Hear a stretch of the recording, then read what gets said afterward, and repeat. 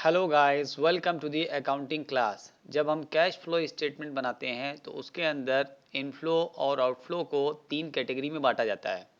वो तीन कैटेगरी होती है ऑपरेटिंग एक्टिविटीज़, इन्वेस्टिंग एक्टिविटीज़ और फाइनेंसिंग एक्टिविटीज़। लेकिन ये ऑपरेटिंग एक्टिविटीज़ में इनफ्लो होता कौन कौन सा है या ऑपरेटिंग एक्टिविटीज़ क्या होती है, इसको समझना ज़रूरी है। बिना ऑपरेटिंग एक्टिविटीज़ को जाने हम कैश फ्लो स्टेटमेंट नहीं बना सकते हैं। तो चलिए शुरू करते हैं। आज की वीडियो में देखते हैं कि कैश फ्लो स्टेटमेंट में ऑपरेटिंग एक्टिविटीज़ क्या होती है और उसको कैसे लिखा जाता है। Operating activities are the principal revenue producing activities of the enterprise.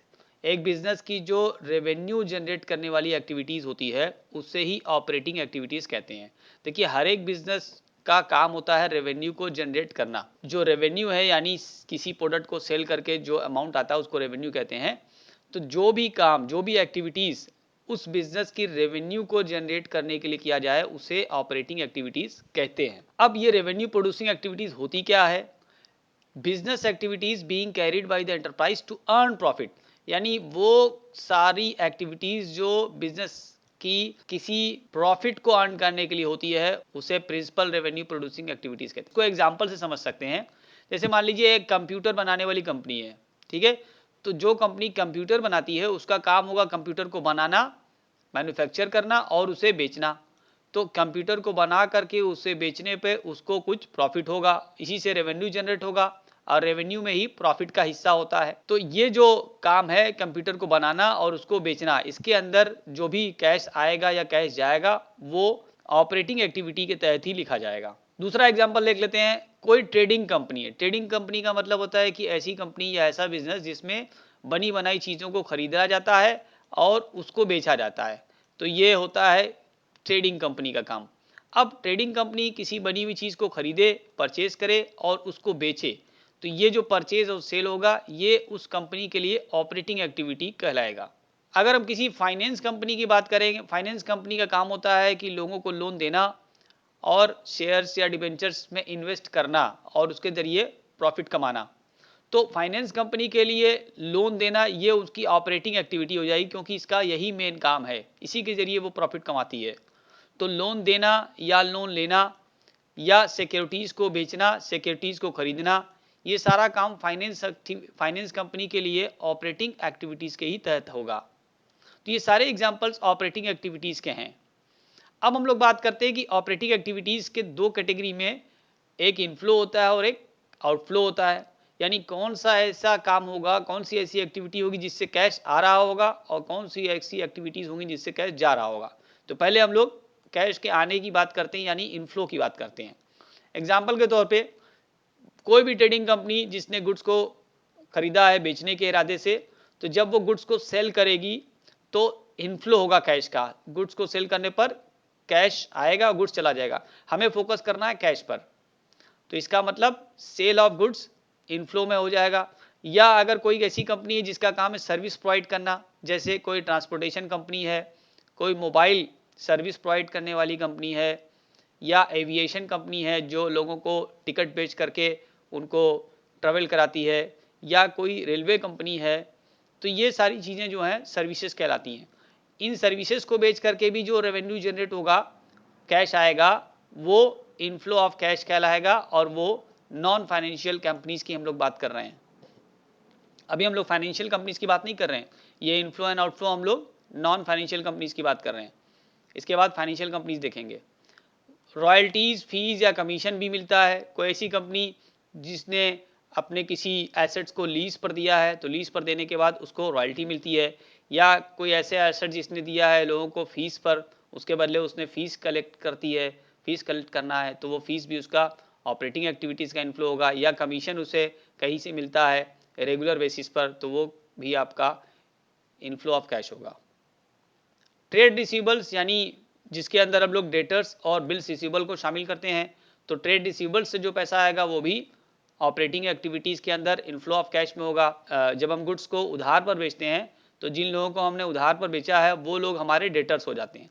अब उन डेटर्स से हमें पैसा मिलेगा, तो ये हो जाएगा inflow of cash under operating activities. कुछ डेटर्स ऐसे होते हैं जिन्होंने हमको बिल्स को एक्सेप्ट करके दिया हुआ है, जिसे हम लोग बिल्स रिसीवेबल कहते हैं, तो उस बिल की भी एक ड्यू डेट होती है। ड्यू डेट पर या उससे पहले कैश मिल जाता है, तो ये भी आपका inflow of cash under operating activities आएगा। अब हम लोग बात करते हैं इन्हीं नॉन फाइनेंशियल कंपनीज के आउटफ्लो ऑफ कैश की, यानी कैश जाता कैसे है। देखिए, जो ट्रेडिंग कंपनी है उसका काम होता है गुड्स को बना बनाया खरीदना, तो जब परचेज करेंगे गुड्स को तो कैश चला जाएगा, तो ये एक हो जाएगा आउटफ्लो ऑफ कैश। या कुछ किसी ऐसी कंपनी जिनसे सर्विस लेना है, जो सर्विस लेना बहुत ज़रूरी है उनकी ऑपरेटिंग एक्टिविटीज़ के लिए, तो वो सर्विस लेने पर भी कैश जाएगा, तो ये भी ऑपरेटिंग एक्टिविटीज़ का आउटफ्लो ऑफ कैश कहलाएगा। ट्रेड पेबल्स, जिन लोगों से आपने गुड्स को उधार पर लिया है, तो जिन लोगों से उधार पर लिया है वो लोग आपके क्रेडिटर्स होते हैं और उनको एक टाइम के बाद आपको पेमेंट करना होता है, तो क्रेडिटर्स को जो भी आप पेमेंट करेंगे वो सारा आउटफ्लो ऑफ कैश हो जाएगा। या जिन लोगों को आपने बिल्स को एक्सेप्ट करके दिया है, कुछ लोगों जिनसे आपने खरीदा है, क्रेडिटर्स को आपने बिल दे दिया है, उसे बिल्स पेबल कहते हैं, और उस बिल की भी एक ड्यू डेट होती है, तो उस ड्यू डेट पर आप पेमेंट करें या ड्यू डेट से पहले आप पेमेंट करें, तो जो भी आप करेंगे चाहे ड्यू डेट पे या उससे पहले, आपका कैश चला जाएगा। तो ये दोनों ही एक्टिविटीज़ आपकी पेमेंट टू ट्रेड पेबल्स की कैटेगरी में आएगी, और इसको हम लोग आउटफ्लो ऑफ कैश कहेंगे क्योंकि इससे कैश जा रहा है। आगे बात करते हैं, उसके अलावा बिजनेस के रेगुलर खर्चे भी होते हैं, कुछ डेली खर्चे होते हैं, कुछ मंथली खर्चे होते हैं। जो भी एम्प्लॉयज़ लगे हुए हैं उनको आप सैलरी पे करेंगे, या जो वर्कर्स लगे हैं उनको अगर आप वेजेस देते हैं, डेली बेसिस पर देते हैं या वीकली देते हैं, तो ये वेजेस, सैलरी, या एम्प्लॉयज़ को आप कोई बोनस दे रहे हैं या कोई रेगुलर कमीशन दे रहे हैं, तो वो सारे अमाउंट जो आप दे रहे हैं वो आपका आउटफ्लो ऑफ कैश कहलाएगा अंडर ऑपरेटिंग एक्टिविटीज़। तो ये तो रही बात नॉन फाइनेंशियल कंपनीज़ की। लेकिन अगर हम फाइनेंशियल कंपनीज़ की बात करेंगे, यानी वो कंपनी जिनका काम होता है सिक्योरिटीज़ को बेचना, सिक्योरिटीज़ को खरीदना, डिविडेंड रिसीव करना, डिविडेंड का पे करना, ये सारा काम फाइनेंशियल कंपनीज़ करती हैं। तो इनके आउटफ्लो और इनफ्लो क्या होंगे, पहले इनफ्लो देखते हैं। तो वो कंपनी, उनके लिए ऑपरेटिंग एक्टिविटीज़ के अंदर इनफ्लो ऑफ कैश होगा receipts from sale of securities, क्योंकि सिक्योरिटीज़ को बेचना उनका एक काम है, तो सिक्योरिटीज़ के बेचना एक ऑपरेटिंग एक्टिविटी होगी, सेल करने पर कैश आ जाएगा, इसलिए इनफ्लो के अंदर आ गया। उसी तरीके से उन्होंने सिक्योरिटीज़ को कहीं इन्वेस्ट किया होगा, तो इन्वेस्टमेंट के बाद आपको क्या मिलता है, डिविडेंड मिलता है या इंटरेस्ट मिलता है। अगर आपने इन्वेस्ट किया शेयर्स में तो आपको मिलेगा डिविडेंड। तो फाइनेंस कंपनी सिक्योरिटीज़ को कहीं इन्वेस्ट करती है आउटसाइडर्स या अदर कंपनीज़ में, तो इन्वेस्ट करने के बाद उसे डिविडेंड मिलेगा, वो डिविडेंड कैश के फॉर्म में अगर आ रहा है तो उसे हम लोग operating activities inflow of cash के अंदर दिखाएंगे फाइनेंस कंपनी के लिए। अगर उसने लोन दिया है लोगों को या डिबेंचर इशू किया है तो उस लोन पर इंटरेस्ट मिलेगा, या डिबेंचर इशू किया है तो उस डिबेंचर पर भी इंटरेस्ट मिलेगा। तो लोन पर या डिबेंचर पर जो इंटरेस्ट मिलेगा वो इंटरेस्ट भी इनफ्लो ऑफ कैश होगा, ऑपरेटिंग एक्टिविटीज़ के अंदर लिखा जाएगा फाइनेंशियल कंपनीज के लिए, क्योंकि फाइनेंस कंपनी का ये काम ही होता है सिक्योरिटीज़ को देना, सिक्योरिटीज़ को बेचना, सिक्योरिटीज़ को खरीदना, उस पर इंटरेस्ट देना, उस पर इंटरेस्ट देना।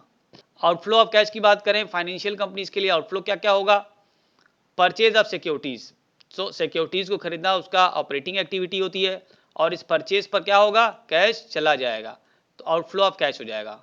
तो परचेज ऑफ सिक्योरिटीज़ में जो आउटफ्लो ऑफ कैश होगा वो आपका ऑपरेटिंग एक्टिविटी के अंदर कहलाएगा फाइनेंशियल कंपनीज के लिए। इंटरेस्ट ऑन लोन, अगर फाइनेंशियल कंपनी ने लोन ले रखा है तो लोन लेना भी उसका एक काम है, और उस लोन के ऊपर इंटरेस्ट भी चुकाना पड़ेगा, तो इंटरेस्ट अगर उसको चुकाना पड़ रहा है लोन के ऊपर, तो ये जो आउटफ्लो होगा इसके जरिए जो कैश जाएगा वो आउटफ्लो ऑफ कैश कहलाएगा अंडर ऑपरेटिंग एक्टिविटीज़ में। Payment of salaries, bonus etcetera to employees, ये जो फाइनेंशियल कंपनी है इसके अपने एम्प्लॉइज़ होंगे, इसका अपना स्टाफ होगा, उन एम्प्लॉइज़ को कुछ सैलरी देनी पड़ेगी, बोनस देना पड़ेगा, या उनके और भी जो भी खर्चे हैं वो इस फाइनेंस कंपनी को उठाने पड़ेंगे। तो वो तमाम अमाउंट जो कि एम्प्लॉइज़ को दिया जाएगा एज एन ऑपरेटिंग एक्टिविटीज़, तो वो सारा outflow of cash of financial companies under operating activities होगा। तो ये तमाम चीज़ें आपकी, ये ध्यान रखिएगा कि ये फाइनेंशियल कंपनीज के लिए ये सब ऑपरेटिंग है, लेकिन नॉन फाइनेंशियल कंपनीज के लिए फिर ये सब ऑपरेटिंग नहीं होगा।